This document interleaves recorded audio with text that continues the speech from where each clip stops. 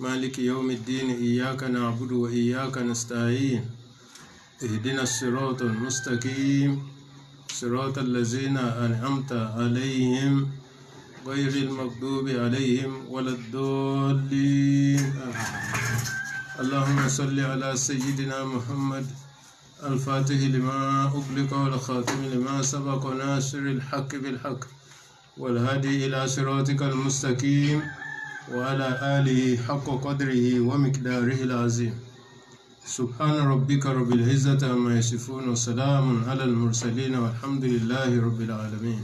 أعوذ بالله من الشيطان الرجيم بسم الله الرحمن الرحيم إن الدين عند الله الإسلام وما اختلف الذين أوتوا الكتاب إلا من بعد ما جاءهم العلم بغيا بينهم ومن يكفر بآيات الله فإن الله سريع الحساب. شهد الله أنه لا إله إلا هو والملائكة وأولو العلم قائما بالقسط لا إله إلا هو العزيز الحكيم. شهد الله أنه لا إله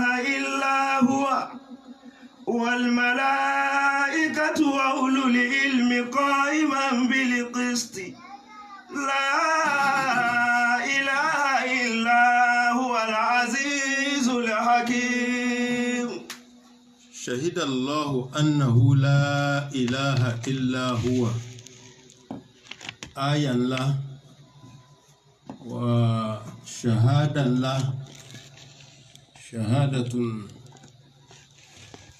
تجب شهادة يقول آية Ọlọ́run bá fi kọ́ wa bá ṣe máa jẹ́rìí ìjọkan rẹ̀. Ṣé n tọ́pọ̀lọpọ̀ àwọn àáfàá mi rò ní pé iṣẹ́ tọ́lọ́run náà wà pé ká ṣe. N tọ́pọ̀lọpọ̀ máa ń wí ni pé kò bá wa ṣe kankan bẹ́ẹ̀ nínú àsàlátù nìkan ló bá wa ṣe. Níbi àyà tó ní inna Allaha wa malaikatahu yusalluna ala nabi wípé Ọlọ́run àtàwọn màláíkà rẹ̀ náà wọ́n ń sàṣàlátù fún ànábì. Ó wá pé ya ayyuhal lazina amanu káwa náà máa sàṣàlátù. Èyí àwọn ọ̀pọ̀lọpọ̀ àfáà máa wá sọ pé gbogbo iṣẹ́ t'Ọlọ́run yàn wá ẹyọ kan náà ní ń bá wa ṣe ń bẹ̀ òun náà ní àṣàlátù. Ṣùgbọ́n eléyìí tí ó wà jẹ́ ká mọ̀ pé iṣẹ́ t'Ọlọ́run ṣe jẹ́ ẹyọ kan lọ tó sì ní káwa náà máa ṣe. Nínú iṣẹ́ tí Ọlọ́run ṣe al-Mu'ti ọba tí máa fúnni ní nǹkan ó sì ní káwa náà máa fúnyàn. Wa yu'ti min ladunhu ajran azima yóò fẹ́ni tó bá fẹ́ ní ládàá tó tóbi.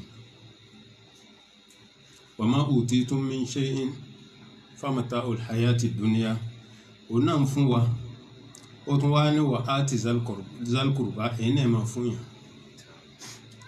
Ara ṣẹ́ tí Ọlọ́run ṣe tó tún ní káwa náà máa ṣe tó sì ní káwa ó máa ṣe tóun náà sì ń ṣe ara rẹ̀ ní ká máa tọrẹ. Gẹ́gẹ́ bẹ́ẹ̀ náà ni ká máa ṣe ìjẹ ìmu fún yàn. Ṣé ọrẹ títa yàtọ̀? A lè bùyàn láṣọ, a lè bùyàn lówó, kò sí ní tá a lè bùyàn. Ṣùgbọ́n tá a bá sọ pé ìtàhàm gangan ìtàhàm ká fúnyàn lóúnjẹ gan oúnjẹ gangan là ń pè lárísìkì. Tí dúkìá bá ti kọjá jíjẹ múmu ó ti nípe ní àrísìkì mọ́ ó ti kọjá àrísìkì nù. Ní tí wọ́n á di ọrọ̀.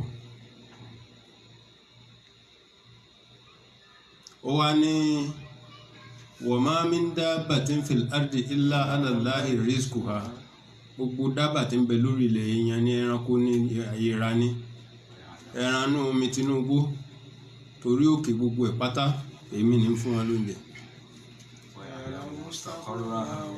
ó tún wá sọ níbò míì pé wà alal mawludi lahu rizquhunna ẹni a bá bímọ fún ẹni tó pè ń bá bímọ fún ìjẹ́ mú obìnrin náà àtọmọ náà ọwọ́ rẹ̀ ló wà.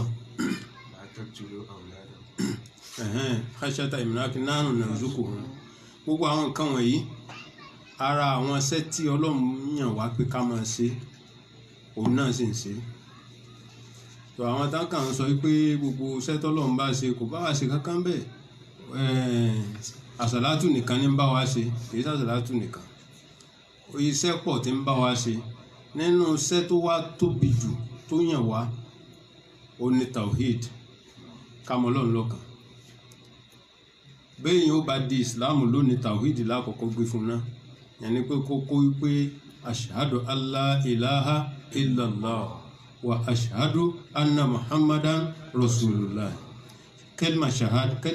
kalimatu shahada nù àsìlẹ̀ ní kalimatai shahada gbólóhùn méjì tó jẹ́ ìjẹ́rìí tàkọ́kọ́ ní kágbà pọ̀kan ní Ọlọ́run ìjẹ́rìí kejì kágbà pé ànábì Muhammad òjíṣẹ́ ni shahada méjèèjì Ọlọ́run náà ṣe.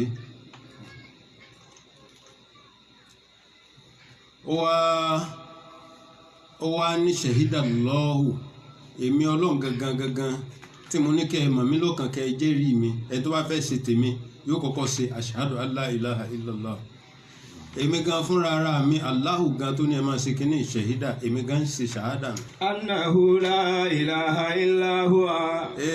mo ń ṣe ṣahada pé la ilaha illa huwa kò sí ẹlòmíì yàtọ̀ sí òun wo Allahu tó ti kọ́ dákọ̀ lákòókò ni.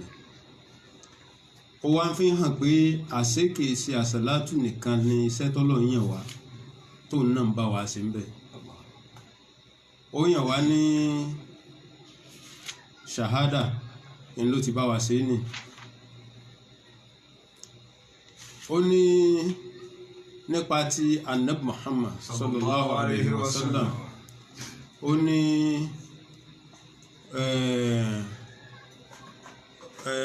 wallahu yashhadu innama àbí bóòlù ṣe wípé ń ta àsọ̀kalẹ̀ fún ọ yìí àsọ̀kalẹ̀ látọ̀dọ̀ Ọlọ́run ní ìrántí àyà náà bóyá ń padà rántí ká tó ṣe tán.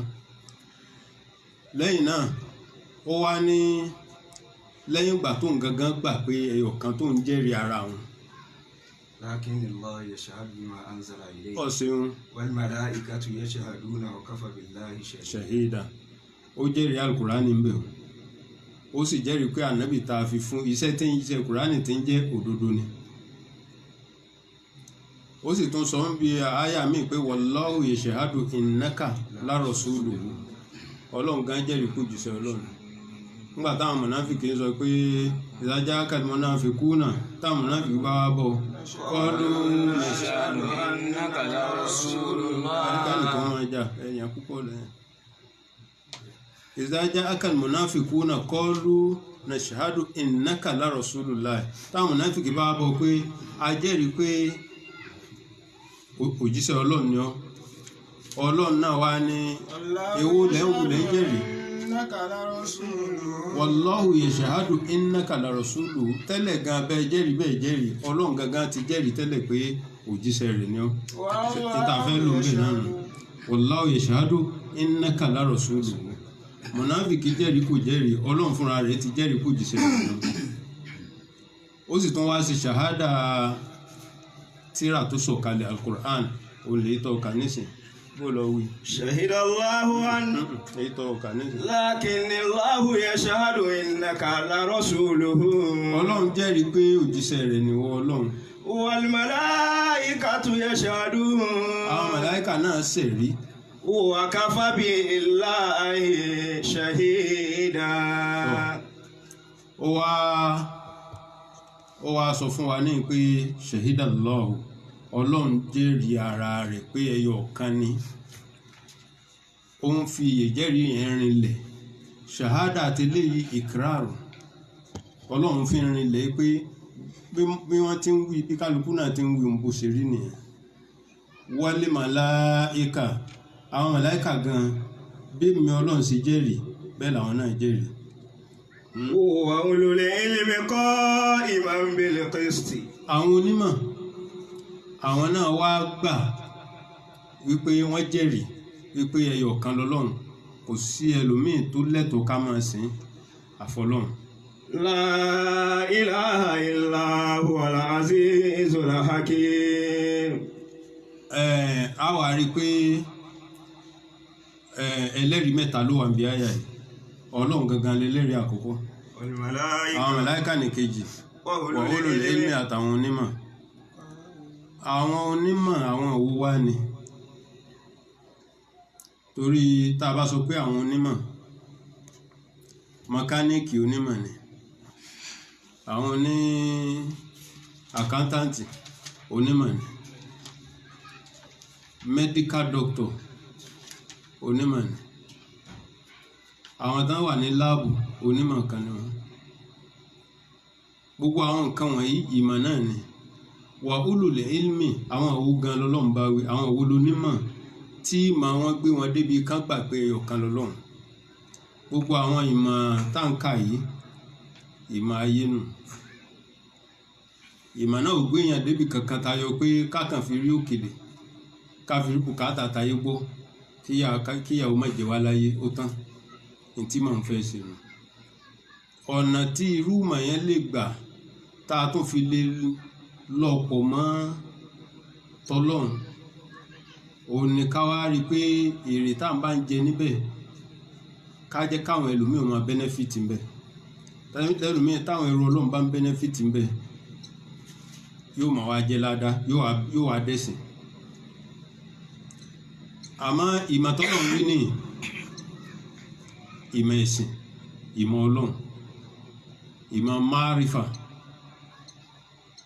ẹ̀rí pé ó ti kọ́kọ́ dákọ̀ àyà kan síwájú tó sọ pé warrasikhuna fil ilmi yaquluna amanna bihi kullun min indi rabbina.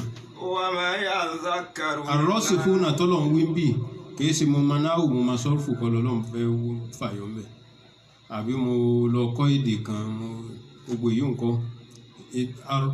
arrasikhuna fil ilmi àwọn náà làwọn tí wọ́n jinlẹ̀ nínú ìmọ̀ Ọlọ́run al-arifuna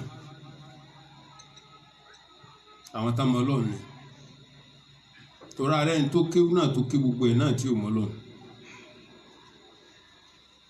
irú àwọn tó ké gbogbo ẹ̀ tí ò mọ Ọlọ́run ni a lè kà wọ́n kúnnú arrasikhuna fil ilmi kódà bó bá gba pòfẹ́sọ̀ ogun tó bá wù kó gbà tí ò bá ti mọ Ọlọ́run kò sínú arrasikhuna fil ilmi torí àárí ẹlòmíì gan tí èsè mùsùlùmí gbogbo tafsiri tí ń bẹ lórí maktaba shamila gbogbo ẹ̀ ló kà kìí sì ṣe mùsùlùmí àmọ́ ń wádìí òun náà fẹ́ wádìí báwa mùsùlùmí náà ṣe ka Báíbù òun náà fẹ́ wádìí Kùránì ní tó bá débẹ̀ náà nù tó òun náà tá a bá fẹ́ sọ nísìnyí onímọ̀ ni àmọ́ kò mọ̀ Ọlọ́run. fún di eléyìí wà ulul ilmi ọ̀rọ̀ márífà là ń sọ shahidallahu annahu la ilaha illa huwa ọ̀rọ̀ kámọ́lọ́n ni torí náà wà ulul ilmi àwọn àrífúnà tán mọ́lọ́n àwọn náà jẹ́rìí ṣùgbọ́n a tún wá lè tú láwọn onímọ̀ náà torí ara àwọn onímọ̀ míì náà tó jẹ́ pé tọ́lọ́n bá ní wọ́n lò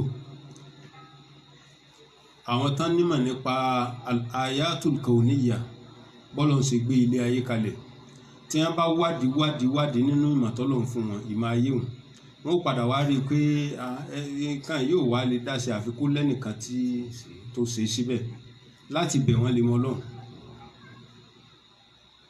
márífà ó wà jáde fún wọn bẹ́ẹ̀ náà làáfà tó ké náwù tó ké sọ́rùfù tó ké gbogbo ẹ̀ tó bá ké gbogbo ẹ̀ tán tó bá jókòó tó ronú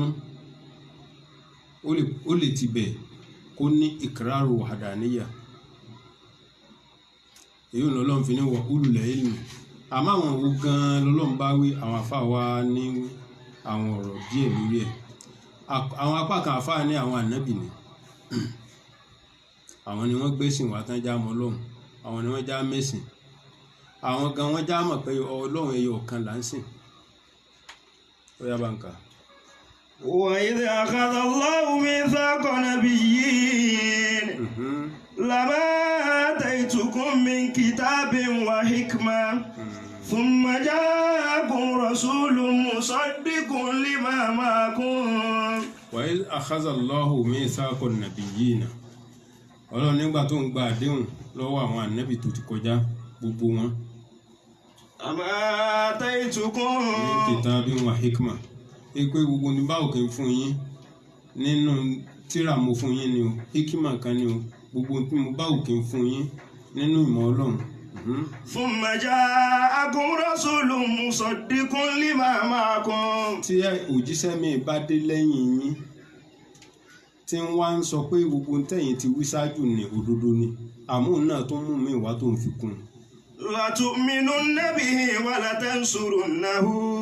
Pé dandan ẹni tí tó jíṣẹ́ ní bàbá láyé dandan ni kó gbàgbọ́ fún kó gbà fún kó sì ràn án lọ́wọ́ kó má tako. قال أأقررتم قال Nígbà tí أأقررتم. àyà yìí wọ́n wá ní ànábì gangan ànábì Muhammad sallallahu alayhi wa sallam wípé àyà yìí lọ́lọ́run fi hàn wá pé òun ti sàsọ́lẹ̀ pa ànábì ń bọ̀, ànábì Muhammad pé gbogbo ànábì tó bá dé ń lòun gba àdéhùn lọ́wọ́ ẹ̀ pé ànábì Muhammad ń bọ̀ tó bá dé gbogbo yín ẹ gbọdọ̀ gbà fún un. Wọ́n wá wí bẹ́ẹ̀ gẹ́gẹ́ báwọn ní tafsiri ṣe sọ, wọ́n ní gbogbo àwọn ànábì kọ̀ọ̀kan tí ń bá ń dé lọ́lọ́run sọ fún bẹ́ẹ̀, ṣùgbọ́n èyí tó jẹ́ hakika ò ní pé Ọlọ́run ti sọ fún wọn wípé ànábì ń bọ̀ ní ìgbẹ̀yìn ayé, pé ànábì kan bọ̀ ní ìgbẹ̀yìn ayé. Ṣùgbọ́n nígbà tó jẹ́ pé gbogbo àwọn ànábì náà tẹ́lẹ̀ wọn èso kú, àwọn kan kú láyé ni, àmọ́ a lè pè wọ́n lókù torí àwọn tí ò tó lẹ́fù tí wọ́n gan Ọlọ́run ní ká má pè wọ́n lókù. Àwọn tán bá kú ṣẹ̀yídé Ọlọ́run ní wọn èso kú, tòótọ́ táwọn yẹn ìbá sòkú àwọn ànábì Ọlọ́run jù wọ́n lọ. Ayé pé tí wọ́n gan mẹ́mbà bí àwùlá tí wọ́n yẹn gan tọ́ka sọ pé àwọn gan ní èso kú. So wọ́n mọ̀ pé ànábì ń bọ̀ nígbẹ̀yìn, ń gbò ó sì dé sáyé, gbogbo wọn náà mọ̀ pé ó ti dé sáyé tòun ti bó ṣe jẹ́ pé òun sí láyé ni. Ṣùgbọ́n tẹ́ fi mọ̀ pé gbogbo àwọn ànábì ló mọ̀ pé ànábì dé sáyé lásìkò ìgbà tó dé sáyé. Ó ní ìgbà tá ànábì ṣe Isra, ó rinlẹ̀ dáadáa nínú àdìsí tó lálàáfíà pé ànábì kírun ní Kudus ní Baitul Maqdis. Gbogbo àwọn ànábì tó ti kọjá gbogbo wọn sì tò lẹ́yìn rẹ̀, ànábì Muhammad sì máa ń mú fún wọn. sallallahu alayhi wa sallam. ń tọ́ka sí pé àṣé wọ́n ń kọ̀nẹ́ẹ̀tì ara wọn ò kàn sí láyé ni. Bí ò bá wá rí bẹ́ẹ̀, bó wọ́n ṣe mọ̀ pé ń ṣe Israel yóò lọ sí Kudus tán fi lọ pàdé rẹ̀ ń bẹ̀, bó wọ́n ṣe mọ̀. Bó wọ́n ṣe mọ̀ pé ọ̀gá ń bọ̀ wá, ẹjá lọ pàdé ọ̀gá. Ń tọ́ka sí pé nǹkan kan ń bẹ láàrin wọn, àwa láàkàn mọ́ ń bẹ láàrin wọn, bí wọ́n ṣe ń kọ̀nẹ́ẹ̀tì ara wọn àwọn ọmọ. Ṣùgbọ́n wọ́n lọ kírun lẹ́yìn rẹ̀, léyìí tí ń tọ́ka sí pé wọ́n wá mú àdéhùn jọ́sí. Wa iz akhadha Allahu mithaqa nabiyyina, tọ́lọ̀ ní òun gba àdéhùn àwọn ànábì gbogbo ipò tí ń bá òkè ń gbé fún yín, tírà mo gbé fún yín ni o, hikima kan ni o, màkàmà kan mo gbé fún yín ni o. Ẹ gbà pé kitabin wa hikmatin thumma ja'akum rasulun musaddiqun lima ma'akum. tí yóò jíṣẹ́ tí ó máa sọ pé gbogbo tẹ́ ẹ ti mú wá láti bẹ̀rẹ̀ tí ó tún gbogbo ètò tí ó máa wá pé òjíṣẹ́ báyìí òdodo ni, nǹkan tó ń wá báyìí òdodo ni, èyí tán sọ ń pa rẹ̀ yìí irọ́ ni, èyí tán sọ òdodo ni. Ànábì tí ó wá òjíṣẹ́ tí ó ń bọ̀ wá ṣe léyìí ni latu'minunna bihi, gbogbo yín gbọ́dọ̀ gbà fún un. wa la tansurunnahu. Ẹ sì gbọ́dọ̀ ràn án lọ́wọ́. qala aqrartum wa akhadhtum ala dhalikum isri. Ẹ wá ń bi wọ́n pé àdéhùn tá à ń ṣe lónìí aqrartum ẹ̀yin gbogbo ẹ̀yin ànábì mi ṣe fi rinlẹ̀ bẹ́ẹ̀ ó dòfin ó sì dàṣẹ wa akhadhtum ala zalikum isri ẹ sì mú ẹrù àdéhùn ẹrù tó wúwo ni mo gbé fún yín ẹ wàá mú ṣẹ bẹ́ẹ̀. qalu aqrarna. wọ́n ní kò sí èméjì àwọn fi rinlẹ̀ bẹ́ẹ̀ bí ó sì ti rí nù. qala fashhadu. ó wá ní tọ́ ńgbà tí fi rinlẹ̀ báyìí fashhadu ẹ máa jẹ́rìí. wa ana ma'akum minash shahidin. èmi náà ó máa jẹ́rìí bẹ́ẹ̀ bá ti ń jẹ́rìí èmi náà máa gbé òótọ́ lè sọ. ìjẹ́rìí ni òun ló wá ṣẹlẹ̀ nígbà tí ànábì lọ ìrìn àjò láti Mákà sí Jerusalem tí àwọn ànábì yòókù sì dìde fá wọn lọ pàdé rẹ̀ ńbẹ̀ tó ń ti bó ti jẹ́ pé gbogbo wọn ti kú wọ́n sì kírun lẹ́yìn rẹ̀ ìkírun lẹ́yìn rẹ̀ kí ni ìtumọ̀ tán fẹ́ fàyọ̀ ńbẹ̀ bí ò bá ṣe pé wọ́n fẹ́ má déhùn sẹ́ náà ní pé làtó yíyan bí àgbà fún ọ wala tansurunna. a sì wà lẹ́yìn rẹ̀ ìtumọ̀ rẹ̀ náà nù kò jù bẹ́ẹ̀ lọ. àwọn ni wọ́n fi wá ní àwọn ululẹ̀ ilmi ni àwọn làwọn ànábì ọlọ́run tí wọ́n ti màmá dájú kó tó dé gan wọ́n ti mọ̀ pé ń bọ̀ wá. èyí náà ni ó fà á tó fi jẹ́ pé tá a bá wọnú àtàwọ́rá àti ìnjílà Old and New Testament a rí pé ìròyìn ànábì pọ̀ ńbẹ̀. sallallahu alayhi wa sallam.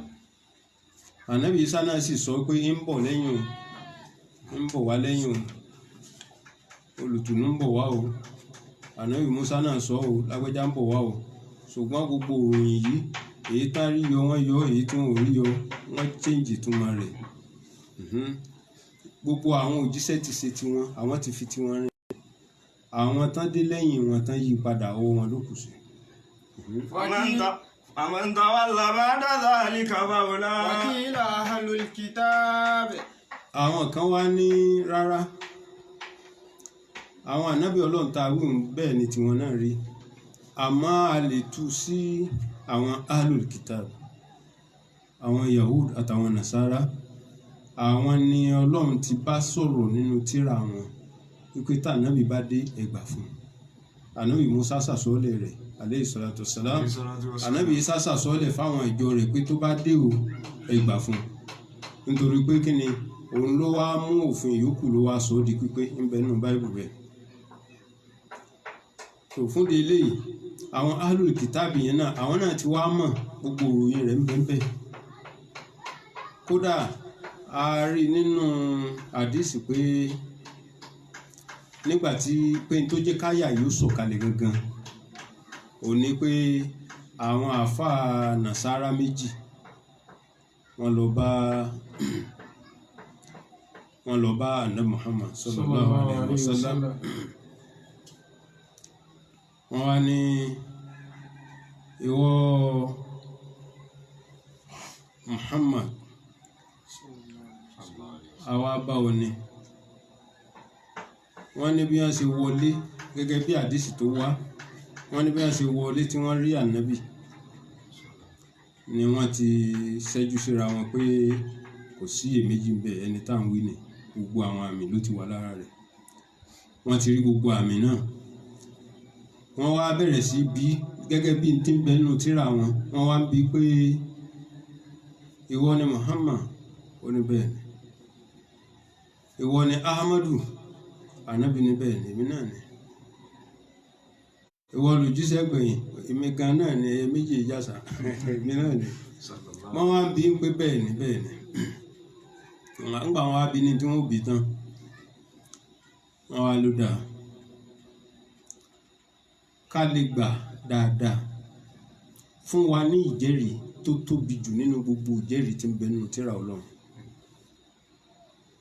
ìjẹ́rìí tó tóbi jù nínú gbogbo ìjẹ́rìí tí ń bẹ nínú gbogbo tírà t'Ọlọ́run sọ̀kalẹ̀ fún wa ní ìjẹ́rìí náà wọ́n ní bí wọ́n ti ń wí tán báyìí bẹ́ẹ̀ ni màláíkà Jibrilu sọ̀kalẹ̀ ní pé shahida Allahu annahu la ilaha illa huwa wal malaikatu wa ulul ilmi qa'iman bil qisti la ilaha illa huwa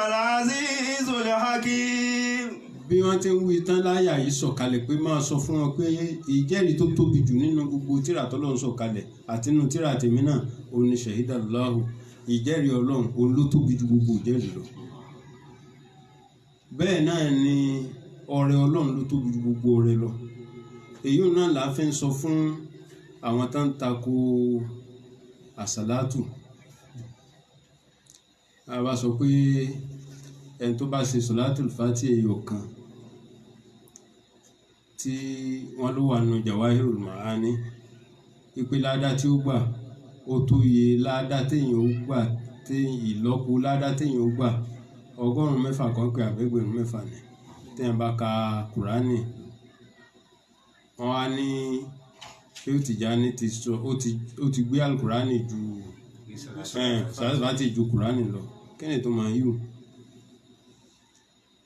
àwọn onímọ̀, àwọn tán nímọ̀ nípa ọ̀rọ̀ Ọlọ́run dáadáa, wọ́n máa sọ pé al-afdoliya al-maziya la taqtadil afdoliya. kí kọ́lọ́run ó fi nǹkan kan sàyàn lẹ́sà kò túmọ̀ pé ẹni yẹn ti wá lọ́lá ju ẹni tán tí ò ní irun tọ́lọ́run fi sàyàn lọ. ewu wa náà la rí tàn al-Khadiru pẹ̀lú anabi Musa alayhi salatu wassalam. Ànábì Mùsá ju ẹni tó lọ bá lọ, ó jù lọ gbogbogbò.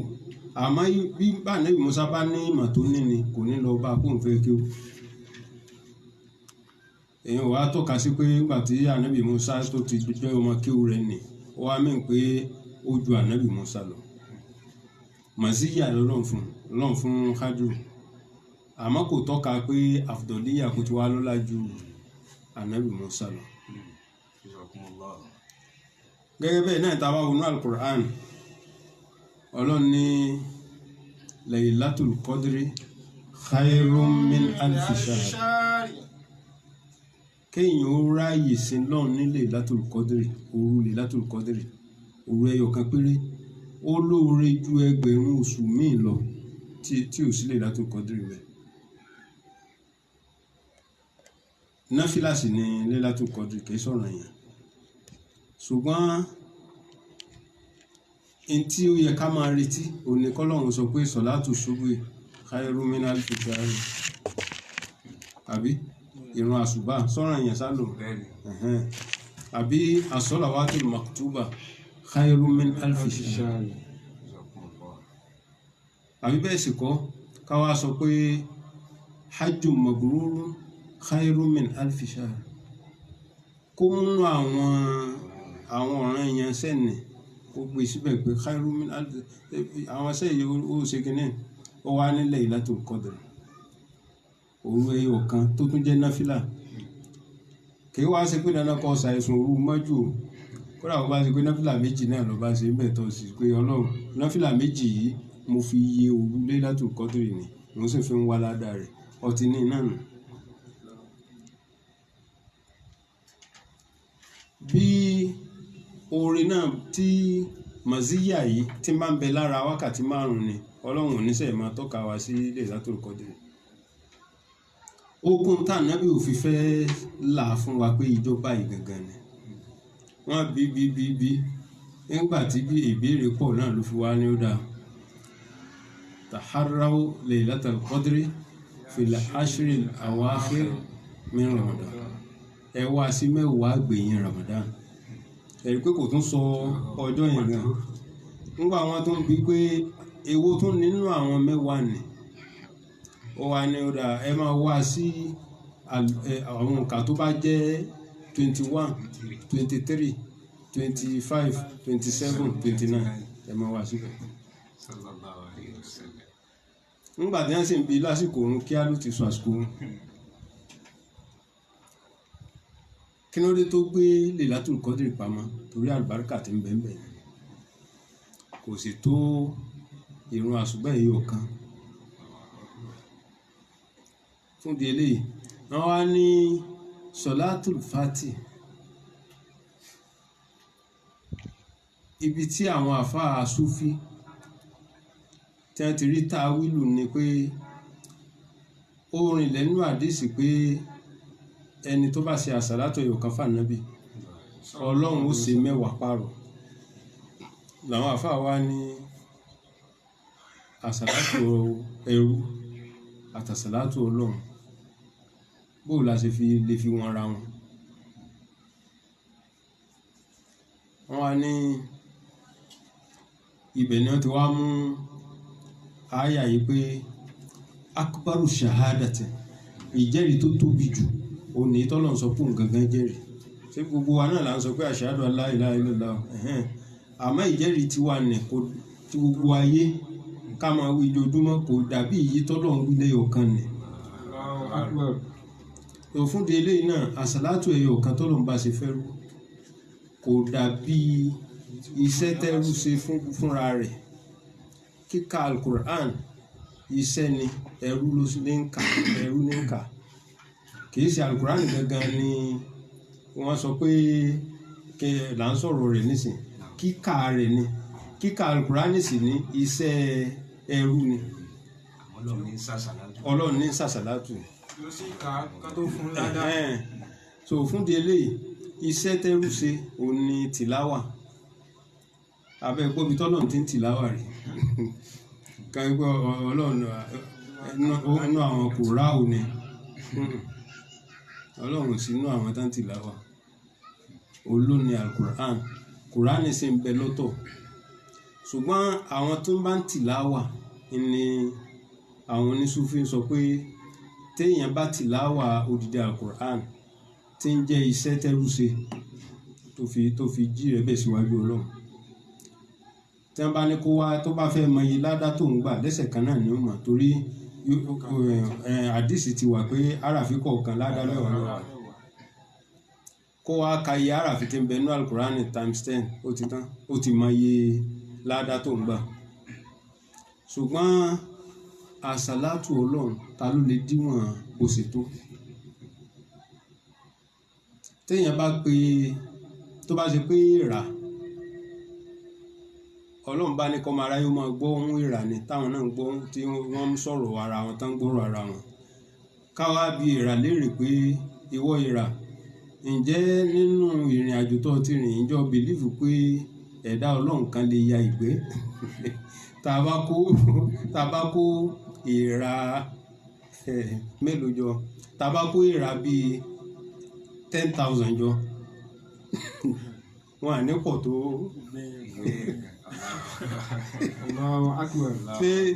ṣe mọ̀ pé ìrà ó sọ pé àbà ẹ wá lọ kúgbẹ́ mọ́lú ẹ wá rí i pé ìkánjú kan lọ kí nìdí ni pé bí títóbi màálù náà nígbẹ́ rẹ tó bí ìrà ṣe máa lòun ó ṣe wá máa wo pé èèyàn pé òlẹ̀ dá kan ṣe lè yàgbẹ́ tí wọ́n á fi bẹ́ẹ̀ ni so táwọn bá ń díwòra wa pé bí iṣẹ́ wa ṣe tó a lè fi díwọ̀n ṣe ọlọ́run ṣàhádà ọlọ́run kò dàbí ṣàhádà wa bẹ́ẹ̀ náà ni àsìkí ọlọ́run kò dàbí àsìkí tiwa máa ń dàkún yàn fàdù tọwọ́ yóò tàn ọmọ ń dàda ìbá akítọ́dọ̀ ọlọ́run ní tán gbogbo kínní ara àwọn ìyàtọ̀ ni tá a fi mọ̀ pé gbólóhùn tí ó wà nù Jawahirul Ma'ani yẹn kò tẹ́ gbàbí kankan sọ pé kò ní ìbátan pẹ̀lú pé Al-Qur'ani pẹ̀lú Salatul Fati wọ́n fi wọn ra wọn wọ́n fi wọn ra wọn iṣẹ́ ẹrú ni wọ́n fi wọn ra wọn kì í ṣe Qur'ani náà fi wọn Salatul Fati. ọlọ́run wá ní kànábì ó sọ akbaru shahadatin fi kitabillah láyà bá sọ kalẹ̀ pé shahidallahu annahu la ilaha illa huwa ń gbò wá káyà náà délẹ̀ fún wọn wá àwọn náà wá ní hakon òdodo lọ́sọ àwa náà sì jẹ́rìí pé òdodo ni níbẹ̀ náà ni wọ́n sì ṣe ashhadu an la ilaha illallah wa anna muhammadan rasulullah torí pé gbogbo n tí ń bẹ ńlẹ̀ lọ́dọ̀ wọn tẹ́lẹ̀ gbogbo àwọn àmì yẹn wọ́n ti kọ́kọ́ rí lára rẹ̀ náà wọ́n kàn béèrè ohunkóhun torí pé kó lè tún àlékún dánilójú náà fi pé tí ò bá sànábì kò ní mọ̀ má sì wá aṣọ tó dáhùn ní àpẹẹlẹ yóò sí èméjì ń bẹ shahidallahu annahu la ilaha illallah ní àwọn àfáàfin wá ní wà ulul ilmi tọ́lọ̀ ń wí bí àwọn tán nímọ̀ nínú àwọn alùkìtàbí tó ti lọ yahudu àtàwọn nasara àwọn ni ulul ilmi yẹn wípé àwọn tán nímọ̀ tán ti mọ̀ pé ànábì ń bọ̀ tán ti rí lákọọ́lẹ̀ wọn nínú àwọn alùkìtàbí tí wọ́n sì tún rí báyìí tán tún rí àwọn àmì náà tí wọ́n sì tún rí pé Madina yìí ó ti wà nínú àkọọ́lẹ̀ pé ìlú Madina ní ògbé ìlú tí dámínú pọ̀ ọ̀pẹ gbogbo ẹ̀ náà wọ́n ti rí so gbogbo kìíní tí wàá jẹ́ kó yé wọn yéké bí wọ́n ṣe wá rí tó dáhùn kìíní báyìí làwọn náà bá jẹ́rìí pé ashhadu an la ilaha illallah àwọn kan tún bá wọn. ìsíkẹta وقيل أمة محمد àwọn ni wà ulul ilmi àwọn alùkìtàbí ti ṣe tiwọn wọ́n ti lọ àwọn ànábì ti jẹ́rìí wọ́n ti lọ àwọn tó kù lójú ọpọ́n làwọn àlùmọ̀ ànábì Muhammad sallallahu alaihi wasallam òfin délé báyìí àwọn àlùmọ̀ ànábì lọ́lọ́run sọ pé wà ulul ilmi àwọn onímọ̀ nínú wọn wọ́n máa sáàchì gbogbo ọ̀rọ̀ Kùránì wọ́n máa fi wọn òótọ́ wò yóò sì máa bá a mu wọ́n máa sáàchì ọ̀rọ̀ mímọ̀ tí ń bẹ́ẹ̀ bẹ́ẹ̀ wọ́n sì máa fi wọn ìmọ̀ ìgbàlódé yóò máa bá a mu bí má ti ń bá a mu náà ni wọ́n máa ń pè hakikata sadaqallahul azim wọ́n ní òdodo lọ̀rọ̀ Ọlọ́run báyìí ni ìnà àwọn àfáà kan fi ní wà ulul ilmi àwọn àfáà nínú àlùmọ̀ Ànábì Muhammad sallallahu alaihi wasallam àwọn ni so tá bá wá fẹ́ mú ọ̀rọ̀ náà ní àkótán a wà sọ pé shahidallahu Ọlọ́run fúnra rẹ̀ ti jẹ́rìí annahu la ilaha illa huwa pé kò sí ọba míì tó lẹ́tọ̀ọ́ láti sìn àfọlọ́run. wal malaika. àwọn màláíkà náà ti jẹ́rìí. wa ulul ilmi. àwọn onímọ̀ látòrí àwọn ànábì Ọlọ́run àwọn náà jẹ́rìí. wa ulul ilmi àwọn onímọ̀ nínú àwọn alùkìtàb àwọn náà jẹ́rìí. àwọn onímọ̀ nínú àwọn àlùmọ̀ ànábì Muhammad àwọn náà jẹ́rìí. àwọn onímọ̀ nípa ayatu kauniya àwọn támọ̀ nípa báyé ṣe ń lọ bí ṣe ń bọ̀ gbogbo ètò ayé wọ́n ń jẹ́rìí pé la ilaha illa wọ́n mọ̀ pé ẹnìkan ló ṣe àwọn kan ètò yìí kalẹ̀. kọ́ Imam Bilkisti wọ́n wá ń jẹ́ ká mọ̀ kọ́ Imam Bilkisti wọ́n jẹ́ àpọ̀mọ́ la ilaha illa huwa pé ọlọ́run jẹ́rìí pé kò sí ẹlòmíì tó lẹ́tọ̀ọ́ láti máa sìn àfọlọ́run ọba kọ́ Imam Bilkisti ní ọba ká jẹ́rìí rẹ̀ ká sì gbà pé kọ́ Imam Bilkisti ó wà lórí òdodo lórí déédéé rẹ̀ tí ì ṣe àbòsí rárá bíyàn bá ṣe dáadáa yóò fi dáadáa san bíyàn bá ṣàbòsí yóò ṣẹ̀ṣẹ̀ àbòsí san tó bá wá túbá yóò forí yẹn kọ́ Imam Bilkisti. La ilaha illa huwa al-azizul hakim. Alkistu lédè Lárúbáwá ó ní àwọn ìtumọ̀ àkọ́kọ́ rẹ̀ láti tún ìṣedédé alkistu tàbá wá ní alkostu jàmbá ní jẹ́bẹ̀ alkistu ìṣedédé alkostu jàmbá ní. ní yíò ní tàbá lọ wọnú Suratul Jinni ó ní wà á má lè kọ́ ṣètò rẹ̀ fákànù lè jà nàmà àfáà kan fẹ́ tújọ́ kan ló bá ní wà á má lè kọ́ ṣètò náà ẹ̀rá àwọn onídéédé fákànù lè jà nàmà èyí ṣe èyàn tó ṣe déédéé yóò tó wọjá náà nítọ́lọ̀ nǹkan lẹ́nu lòun kà bẹ́ẹ̀ ìyàtọ̀ alkistu walkostu òun ló dàrú mọ́ ọ lọ́wọ́ alkostu òun ni àlìjẹ́wò òjòrò jàmbá alkistu òun ni déédéé kistu yìí tún wá wà nínú àwọn gbólóhùn tó jẹ́ pé a lè lò fún masdari àwọn ọlọ́mọ kéwù ni yóò wúlò fún a lè lò fún masdari a tún wá lè lò fún sífà a lè lò fún sífà ìyẹn ni pé a lè sọ pé hakimu kistu adájọ́ tó ń ṣe déédéé torí pé ká má bàbá tó ń sọ pé kọ́ọ̀sìtù kó má lọ dàpọ̀ mọ́ àwọn oníjàmbá sọ á kó wá sọ pé hakimu kistu adájọ́ tó ń ṣe déédéé ó wà náà àwọn kẹ́límà tó yẹ pé a lò fún masdar a tún wá lò fún sífà wọ́n lò bẹ́ẹ̀ tá a bá tún wá wọ̀ tá a bá tún jẹ nǹkan míì máa lẹ́yìn tí wọ́n ń lọ kìstọ́ọ̀sù ìṣedéédé tó bá wá látọ̀dọ̀ tí ìsàbẹ̀mí òun ni kìstọ́ọ̀sù kìstù òun ni ìṣedéédé tó wá látọ̀dọ̀ abẹ̀mí kìstọ́ọ̀sù òun ni ìṣedéédé tó wà lọ́dọ̀ ẹni tí ò lẹ́mìí lọ́lọ́run fi ní wazinu bil kìstọ́ọ̀sì mustaqim wala tabkhasu nnasa ashya'ahum wala ta'saw fil ardi mufsidin wazinu bil kìstọ́ọ̀sì ẹ máa òṣùwọ̀n tẹ́ bá ṣe ẹjọ́ jẹ́ òṣùwọ̀n tí ò ní sójú owó ń bẹ̀ tí ó jẹ́ ti déédé tó kìstọ́ọ̀sù yẹn ìṣedéédé ni lọ́dọ̀ nǹkan tí ò lẹ́mìí skéèlì tá a gbé kalẹ̀ tá a fi wọn oúnjẹ àbẹ́ran àbẹ́ anything táǹtà kìstọ́ọ̀sù ni tá a bá ti dọ́gbọ́n sí yóò wá máa jẹ́ kìstọ́ọ̀sù gẹ́rù mustaqim kìstọ́ọ̀sù tí wọ́n ti dọ́gbọ́n sínú kìstọ́ọ̀sù kọ́ọ̀sì tó àwọn tó bá jẹ́ pé tí wọn ò dọ́gbọ́n sí bó ṣe wà ní wọ́n kìstọ́ọ̀sù mustaqim ọ̀rọ̀ fi ní wazinu bil kìstọ́ọ̀sì mustaqim tó bá ti jẹ́ èèyàn ní alkistu tó bá ti jẹ́ pé nǹkan abẹ̀mí alkistu ni tó bá jẹ́ pé nǹkan tí ìsàbẹ̀mí ni a wà á sọ di kìstọ́ọ̀sù irinṣẹ́ ìṣedéédé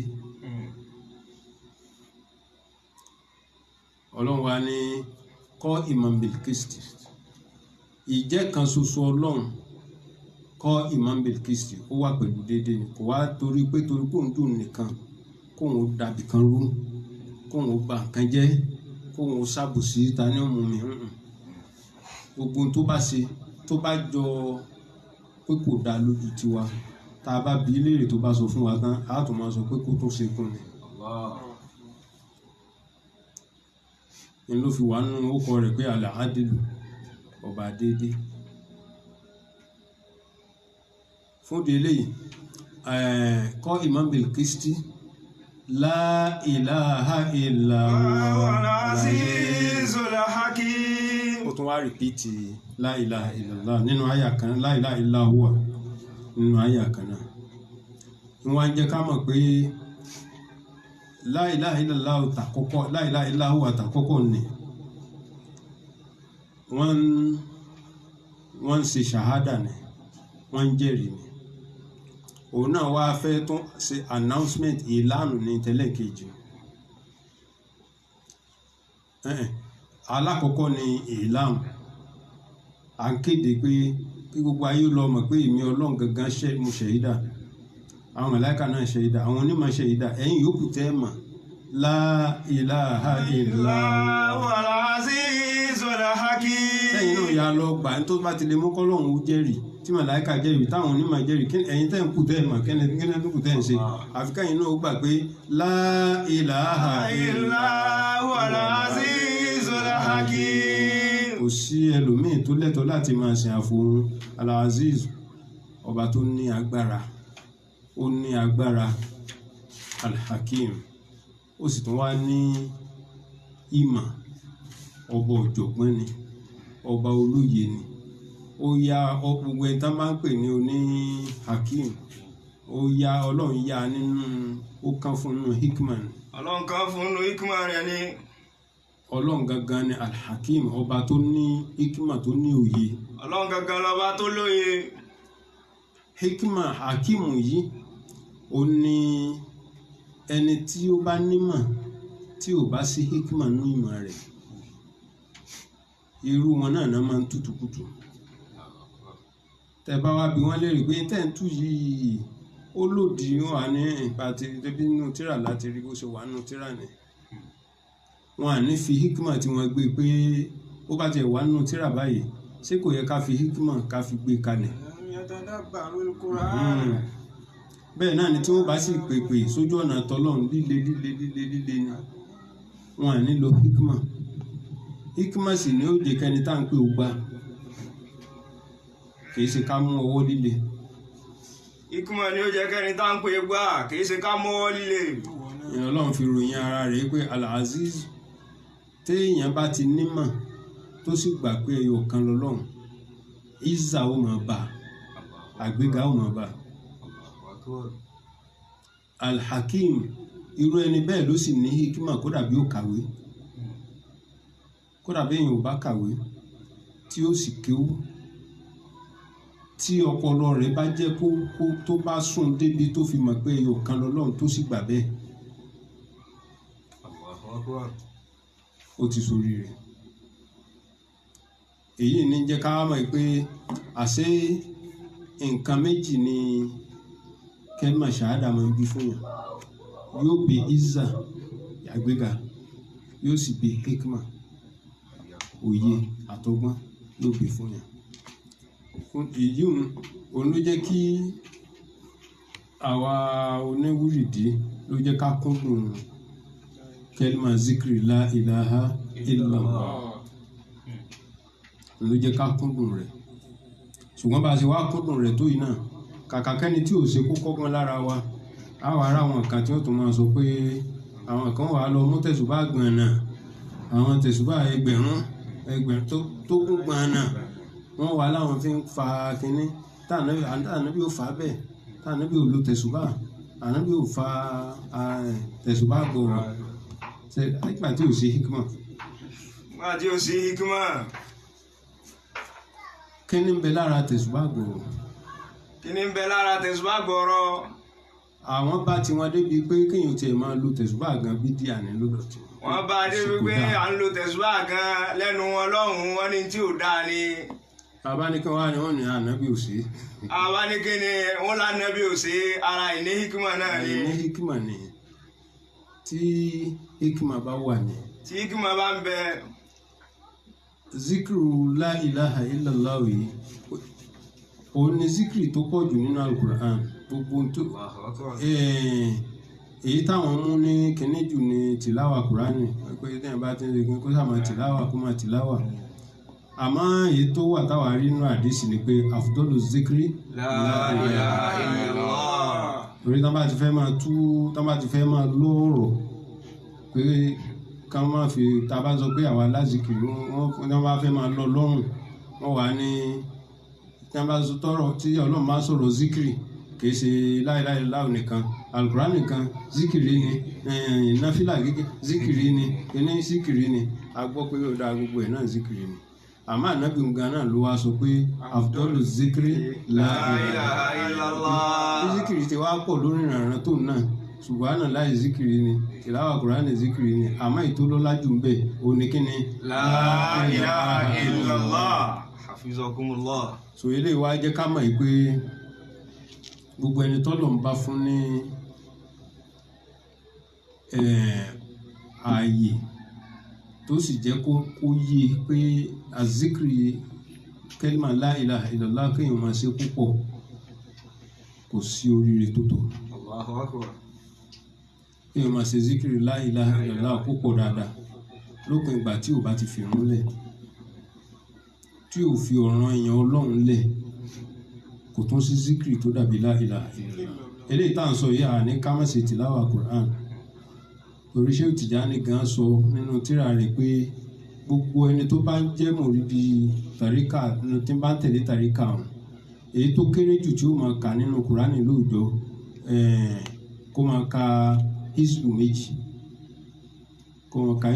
lójoojúmọ́ ní gbogbo ẹni tó bá jẹ́ tàríkà Tìjàníyà òdodo so léyìí tí ń fi hàn pé kì í ṣe pé tàríkà wa sọ pé ká gbé Kùránì kalẹ̀ ká má ṣe kọ́ ni. tàríkà ò ní ká gbé Kùránì kalẹ̀ ká má ṣe. àmọ́ ní tí ń sọ ni pé afdalu zikri la ilaha illallah. àmọ́ tí ń sọ ni pé zikiri tí fi ń lọ́lá jù náà ni ká máa ṣe la ilaha illallah.